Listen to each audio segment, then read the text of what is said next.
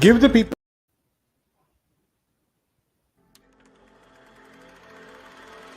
Give the people what they want. Give the people what they want. Give the people what they want. Your weekly movement news roundup. Well, it's the 20th of January 2023. Thus far this year, I've not made a mistake with the year, which is unusual for me because generally I wait till March to get the year sorted out. But it is 2023. You're with Give the People What They Want, brought to you from People's Dispatch. That's Prasanth and Zoe. I'm Vijay from Globetrotter. Happy to be with you. The Oxford financial famine group, Oxfam, which was set up really several years ago, decades ago, has in the last few years become a key resource to talk about things having to do with inequality and so on. They've got a new report out, Prashant. It's really familiar stuff, but what's in it? Right, Vijay, of course, the report is titled very aptly Survival of the Richest. Of course, survival is probably not the right word here because the rest of the report talks about how the rich are definitely doing more than surviving. They're thriving on the backs of everyone else. But some of the numbers, I think, of course, have been repeated quite a bit over the past week. And for viewers of this show are very familiar because it's one of those topics we keep talking about, of course. And, so, and Oxfam has this ability to sort of bring together and contrast bits of information which really point to the extent of the crisis of inequality that is rampant in this world. I mean, if you look at their headline number, it is the fact that from 2020, of the wealth that was created, 63% has been captured by the top, by the richest people. That's the top 1%. While it's only 37% that the rest of the world has been able to get. And I think the word captured is used in a very advisedly because otherwise it doesn't make any logical sense. The fact that just 1% is able to sort of expropriate 63% of that wealth is a staggering number. And it's important to note that this is not just about 1 or 2 years. This is a trend.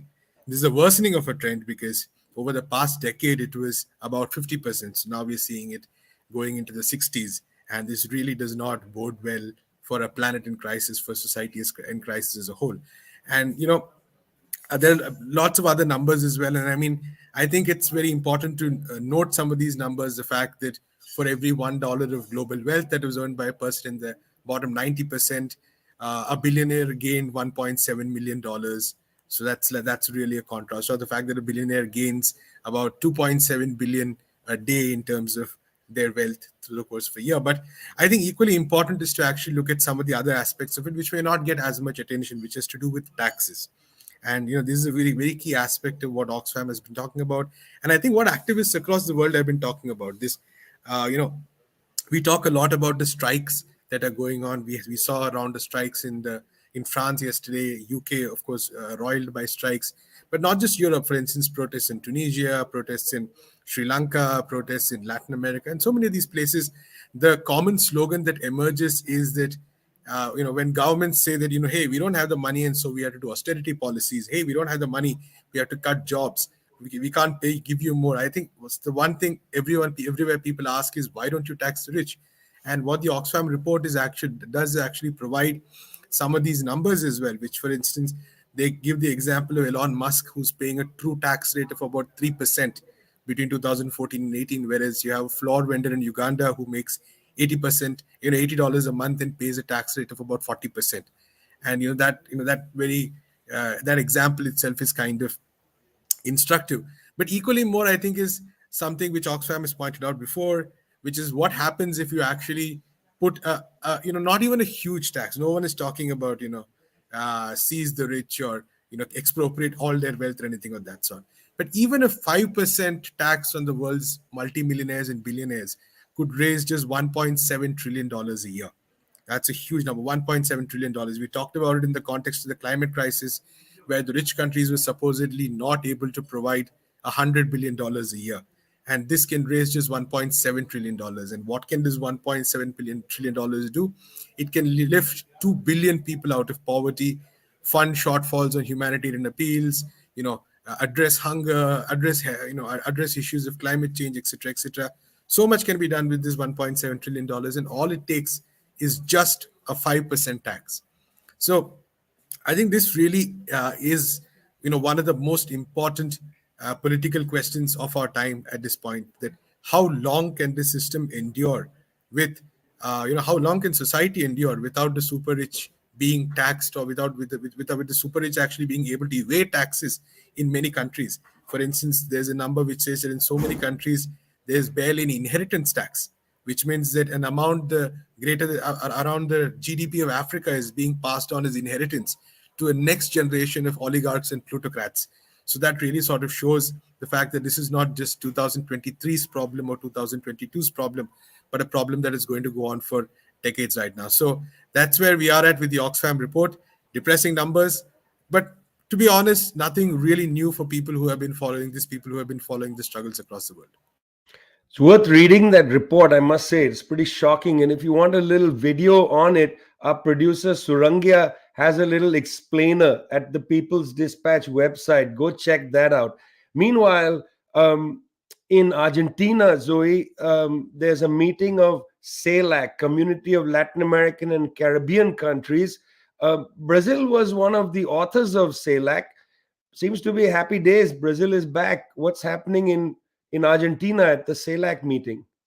Well, this Tuesday, January 24th, is going to be the summit of CELAC under the presidency of Argentina under Alberto Fernandez. This is an exciting moment, and it's drawing a lot of attention, both nationally within Argentina. There's been a lot of the right-wing opposition, especially given that this is an election year. They're definitely capitalizing on it to attack Alberto.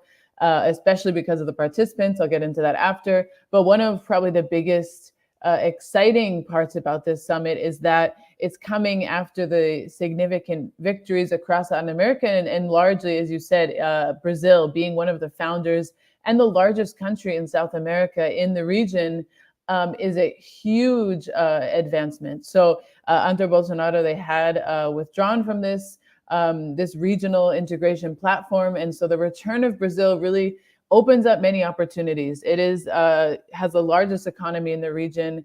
And so it can help advance many proposals forward. And it's giving a new breath of life into this mechanism, which already had been on the rise, especially at a time when the OAS, the Organization of American States, is kind of seen with so much disdain. And of course, we can see the flop of the Summit of the Americas in June as part of this. Luis Almagro is actually not invited to CELAC. He's not invited to participate. So that is notable. And also in this CELAC, Nicolas Maduro, who has not had many international trips in the region, is going to participate. And this is extremely significant because for a while, Venezuela was essentially surrounded by enemies. Brazil, Colombia, so many different countries in the region who all came together, of course, in the Lima group, who had been attacking Venezuela, calling Nicolas Maduro an illegitimate leader. And with the return of these progressive governments, many of them have resumed ties with Maduro, have resumed ties with the constitutional government of Venezuela. And so Maduro's return to the space in representation as the head of state is also a huge advancement. And it will definitely strengthen and fortify this already reactivation of ties with the constitutional government. That's definitely noteworthy. And then, as I said, so there's been a lot of national controversy within Argentina. Of course, we know on one hand, this is an election year. And on the other hand, it's a moment of extreme economic crisis for Argentina, which has deep root causes, which are not necessarily linked to Alberto Fernandez, but of course the pandemic, the debt that they have with the IMF. But the far right in Argentina is essentially capitalizing on this moment to say that to boycott CELAC, saying that it's going to be a summit of dictators, that they're pulling out the red carpet for all these dictators, etc. Really using this to attack Maduro, Daniel Ortega, and the Cuban representation. So it's definitely a heated moment. There's also going to be a parallel summit that the social movements in Argentina are organizing, as they always do when there's a big international event in the country. They're going to discuss the integration of the people, the pressing issues in Latin America. And it's also important to point out that this is a moment of great upheaval in Latin America. We see just bordering Argentina in Bolivia. There's been ongoing crisis with the arrest of Luis Fernando Camacho, the far-right leader behind the coup.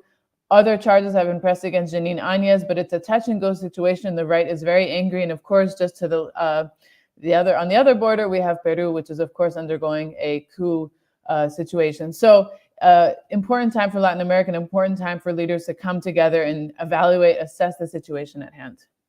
We're going to stay with Latin America actually, because that seems to be where a lot of the action is. The UNESCO, the UN Education, Scientific, Cultural Organization, has released a report, the 2021-22 Freedom of Expression Report. Very interesting stuff. Comes out about a year after Mexican journalists took to the streets in very large protests against the killings in Mexico. Mexico, by the way, in this report registers the highest number of murder of journalists by number. Last year, People's Dispatch ran a story by Tania Wadwa about these protests. I urge you to go back, take a look at it. You'll get a little sense of what Mexico has been gripped by. But this report is pretty outstanding from UNESCO, because it shows that this last year, 2022, there were 86 reported journalists killed in the year. Now, I want to say a thing about that for a second, because there are many more journalists who are under various forms of intimidation, in prison, their freedom of expression suppressed in one way or the other. And if you want to have a record of that, you can just go to, for instance, the People's Dispatch search engine and type, attacks on journalists or killing of journalists.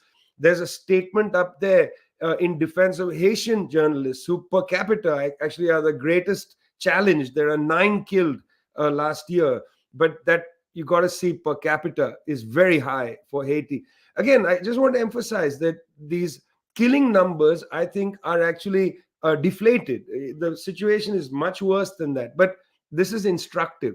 Last year, 86 recorded killings of journalists. The previous year, 2021, it was only, and I'm sorry to use the word only, it was only 55. That means that the killings of journalists almost doubled between 2021 and 2022. That's pretty astounding. The UNESCO report is pretty strong, and it calls this trend alarming. Now, if you know the United Nations, you know that the language is pretty careful, because these are consensus documents. But here we go. They called it alarming. It is indeed alarming. 86 journalists killed last year. Among them, let's not forget the Palestinian American journalist Shirin Abu Akleh, who was assassinated in Jenin. And in fact, her funeral cortege was also attacked in the gates of Jerusalem, attacked by Israeli military forces. This is before the far right-wing Israeli government took office at the end of 2022. This is under the so-called more liberal variant of Israeli politics. I'd like to emphasize that. And the killers or the investigation of the death of Shirin Abu Akleh barely off the ground.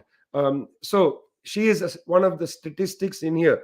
86 journalists killed last year, 44 of them in Latin America and the Caribbean. The highest number in all the continents. Also happens to be half the number of journalists killed last year, or reported to be killed last year. As I said, there are many others whose deaths are not part of the statistics or the official statistics. But still, again, it's a trend line. 50% of journalists killed were killed in Latin America and the Caribbean, 19 of them in Mexico. So out of 44 killed in Latin America and the Caribbean, half of them killed in Mexico. Those protests from last year, they were protests about the killings in 2021, before these 19 people were killed, in most of them in the line of duty. UNESCO is careful. In the report, they mention that a number of the journalists in this database were killed while they were off duty. But it says that a number of them were targeted for killing. These were not random killings.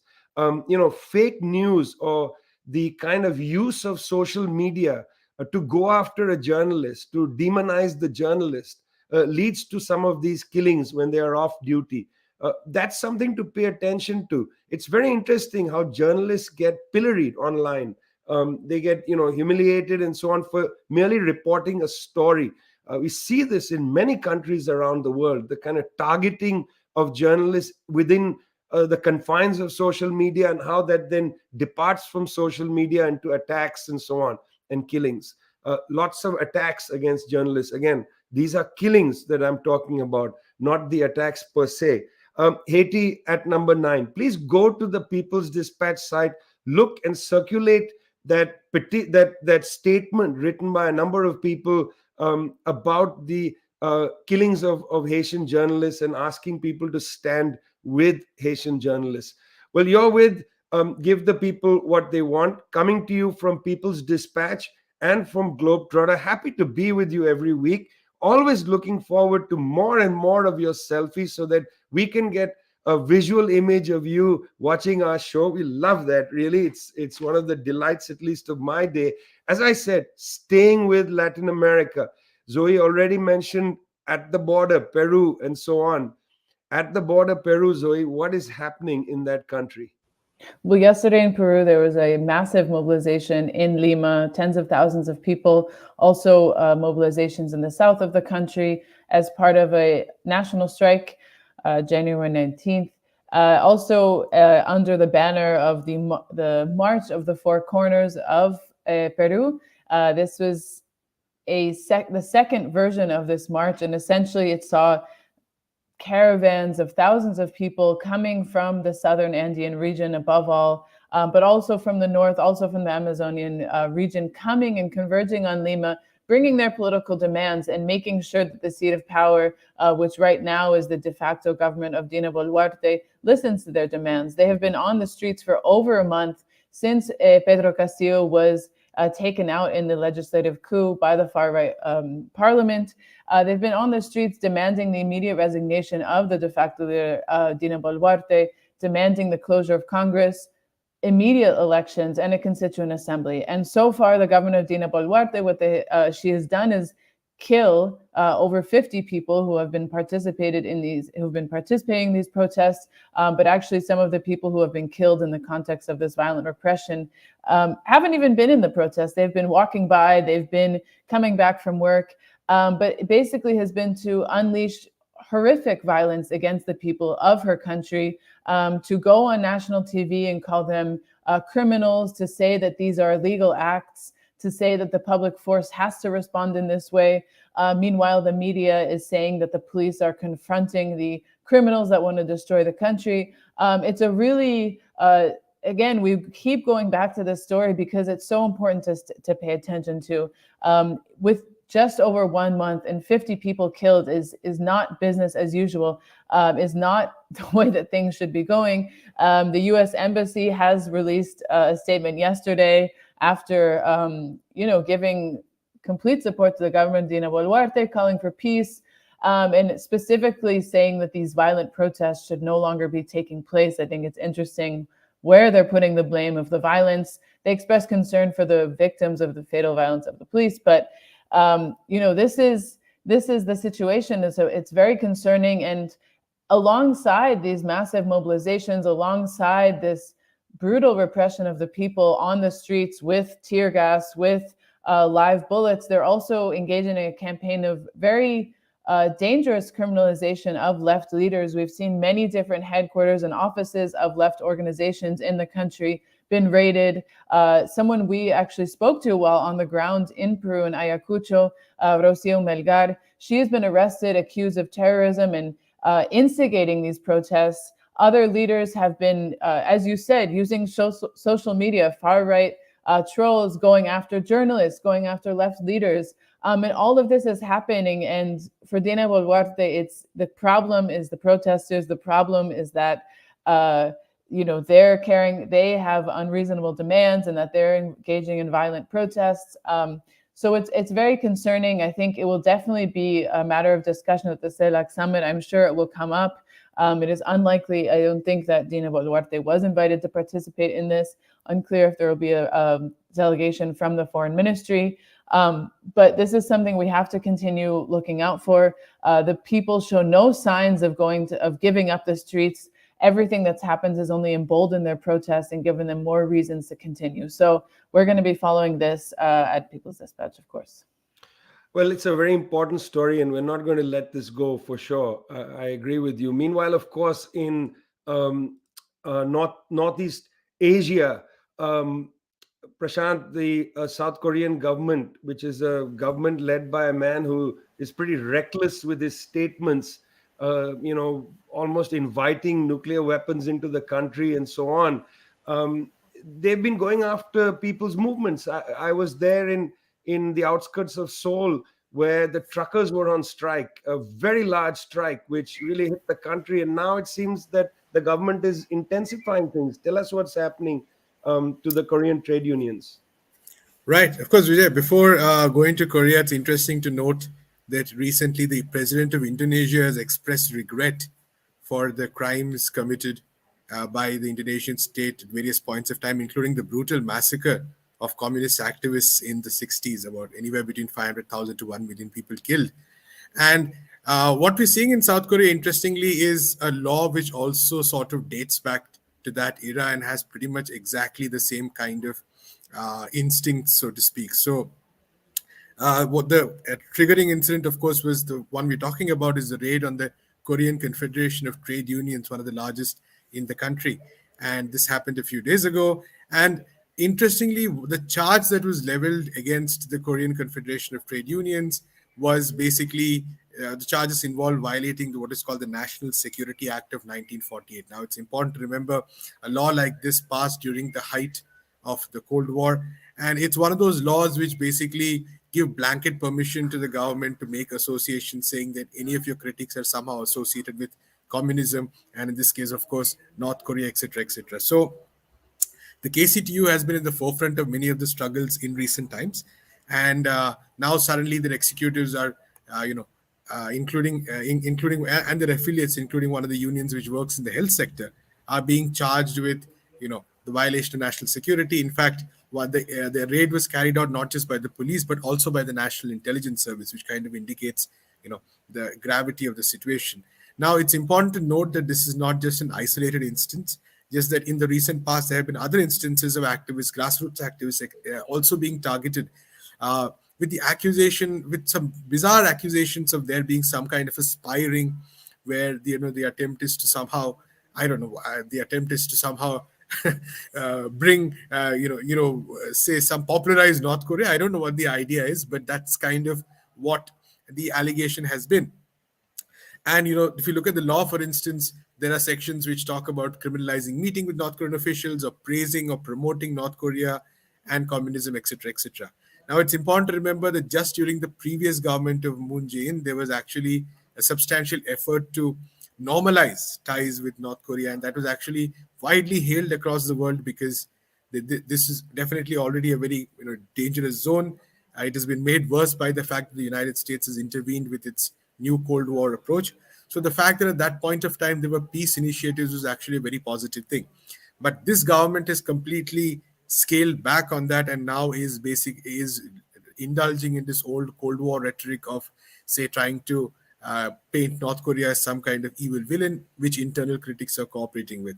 And I think in India and many parts of the world, we sort of know what these kind of allegations and these kind of cases mean, because suddenly somehow critics of the government are tagged with the allegation of being, in hand in glove with some foreign elements, and then the case takes an entirely different dynamic. So very dangerous point in South Korea at this point of time. Like you said, under the current president, that's Yoon Suk Yeol, there's been on the one hand, he's been extremely unpopular. His popularity ratings are very low. There's been an economic crisis. There have been many strikes in various sectors, including the truckers. At the same time, he's gone around, talked with very extreme rhetoric, tried to expand defense cooperation with the United States, taken a very aggressive stance on global and regional issues.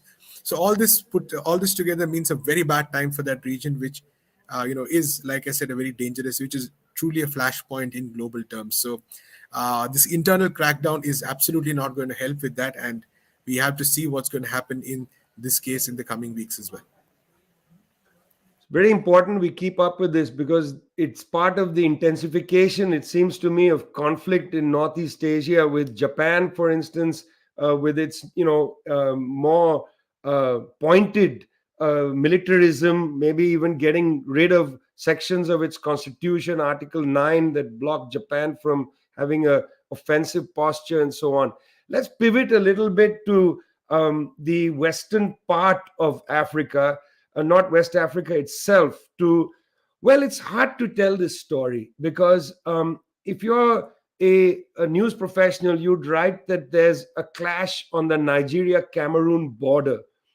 Technically, that's probably true. Although, since 2017, there's been a struggle within Cameroon, which has both a very large French speaking population and then in what is sometimes called Southern Cameroon or Ambazonia, there is an English speaking population. Well, in 2017, Ambazonia declared independence, and an insurgency or a war broke out on the borderlands between what was known as Ambazonia to the people who broke away and the government of Cameroon, a war that the United Nations said has displaced 750,000 people and killed a shocking 3,500 to 4,000 people.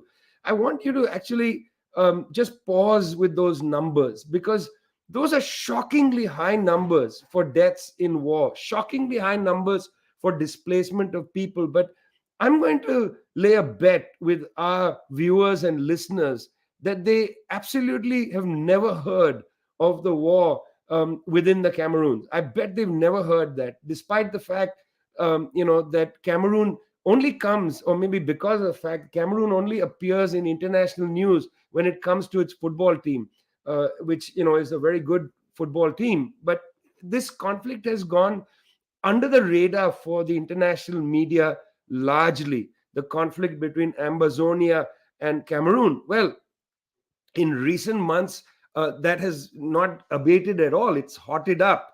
One would have imagined, again, because it is hotted up, it would get some attention, but not at all. Well, at the borderlands between Cameroon, Ambazonia, and Nigeria, there is another problem, which is that there are herding communities in Nigeria, the Fulani and others, who don't actually have an understanding why there's a border between their grazing lands and so on.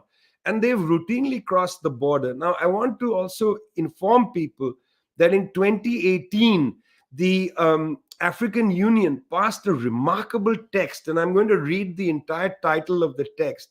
It's called Protocol to the Treaty Establishing the African Economic Community Relating to Free Movement of Persons, Right of Resident, and Right of Establishment. In fact, this protocol even talks of something called an African passport. And I'm not saying that the Fulani herders, and others, actually not just Fulani herders, but the Fulani herders largely from Tarabu and Benue. I'm not saying the Benue Fulani were carrying African passports, but nonetheless, they have walked this land for a very long time. So they crossed over in search of, I guess, grazing lands and so on. They went over in search of food for cattle, food for themselves, and so on. The rebel groups, or the Ambazonian military forces, demanded taxation. Now, this is interesting. The herders refused to pay taxes. And about a clash took place where several of the rebels were killed, some of the Fulani were killed. Well, the herders returned back home to Nigeria, and they assembled a much larger force. And then they crossed the border again with this very large force and attacked the rebel groups. Well, as part of this clash between Nigerian herders and Ambazonian forces, well, the Cameroon government took advantage of the situation and deployed more troops to this area, intensifying the struggle. But I must say, this is not the first time that there's been a clash between Nigerian herders or Nigerian merchants and these groups in Ambazonia. This is not the first time. In June of 2022, I recall very well thinking of actually going to that area and writing some stories, because the town of Akwaya had been attacked when it is believed that Amazonian forces came in and killed about 30 people. They crossed the border, killed about 30 people, including herders, merchants, and others, shopkeepers, and so on. This is an interesting story. I'm going to actually be following this up with some interest, because I think that these wars outside Europe are getting absolutely no coverage. And that's why you join us every week at Give the People What They Want, which is brought to you by People's Dispatch. That's Prashant, that's Zoe. I'm Vijay from Globetrotter. See you next week.